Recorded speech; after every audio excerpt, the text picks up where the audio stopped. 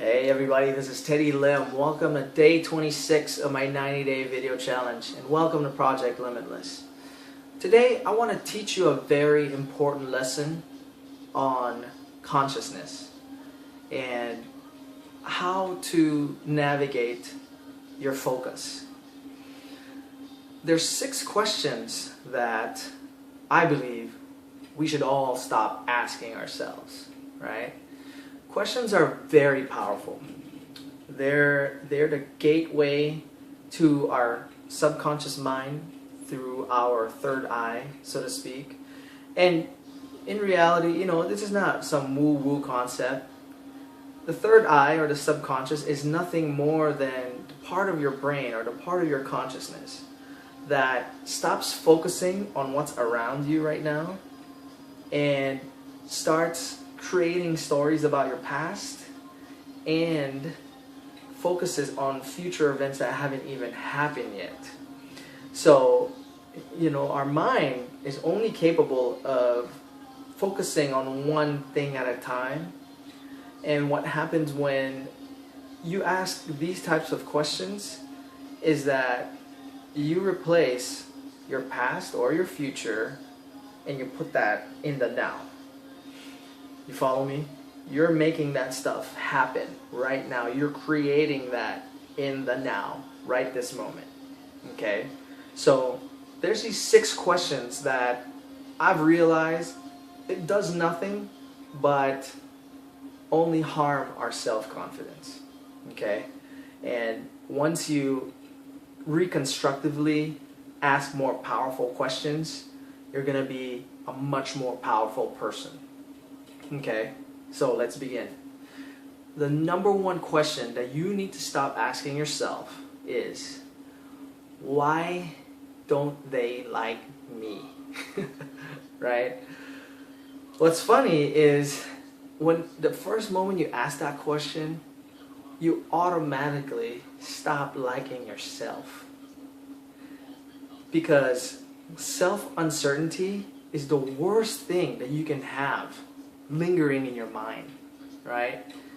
This question, it makes you focus on the few people, or the 1 or 2 or 3 or 4 or 5 people that don't like you, instead of the hundreds of people that actually accept you just the way you are, just the way as you're coming right now.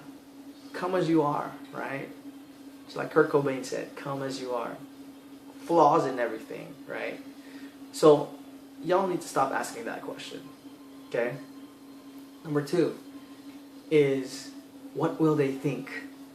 This question most people ask when they're about to undertake a big project or something that's going to change their state from where it is currently right now to where they want to be, right? And the problem with asking yourself this question is, again, you're having self-uncertainty. You're having uncertain thoughts within yourself. You end up developing a bad relationship with yourself because you're asking yourself that question. When you're worried about what other people think, you give up your control, because we only have controls of what is between our own heads, what we think. We don't have control of what other people do, say, or be, right, or think, right? We have no control whatsoever. So you're giving up your locus of control when you're relying on this outside force. It's now within you, okay? So, and actually the fact of the matter is, 99.9% of people out there are more worried about what other people are thinking about them anyways. So stop asking yourself that question. Number 3, and this is huge for me, is asking the question, or subconsciously asking the question, what's missing, right? Unhappiness comes from the belief that you are incomplete, that you are not equipped the way you want to be, right? And it's when you're wondering where you could be, what you could be doing, what you could be having right now, again, it lets you focus and makes you focus on your lack, the stuff that you don't have, right? And trust me, no matter where you're at right now, you're still way better. If you're watching this video and you have internet connection, you're way better than 85 to 90% of the world. You have internet connection, you're alive, you have a laptop, you have a computer, you have a cell phone, whatever, right? You have access to the internet. You're a lot better than the majority of the world. So stop asking or stop telling yourself, I should have, I would have, I could have, right? That's just drama. You're inviting drama in your head, and it doesn't even want to be there, right? Instead, focus on, what do I have right now? What can I be thankful for right now, right? See, I'm starting to feel better as I say these questions, right? So, number 4, what if I'm not good enough? You ever catch yourself asking that? What if I'm not good enough? The thing about that question is that it breeds inaction, right? It makes you lazy. It makes you focus on failing, which, in effect, actually makes you not want to do it anyways, right? What if I'm not good enough? What if I don't have the skill? What if people can't find value in what I'm doing, right? It focuses on past failures, right? And not trying, not giving it your all. When in reality, your only obligation in life is to give it your best shot every single time. If not for you, but for your family as well. Every day, okay? Number 5 is, how can I possibly move on, right? When you ask yourself this question, like, how can I possibly move on? You're focusing on situations and people, and how you cannot live without these people or situations, right? When in reality, you're gonna live, period. You're gonna survive. You're gonna be all right. And if something that you could actually do to improve the situation is, instead of thinking like you're missing out on something, you should be thankful that it happened, right?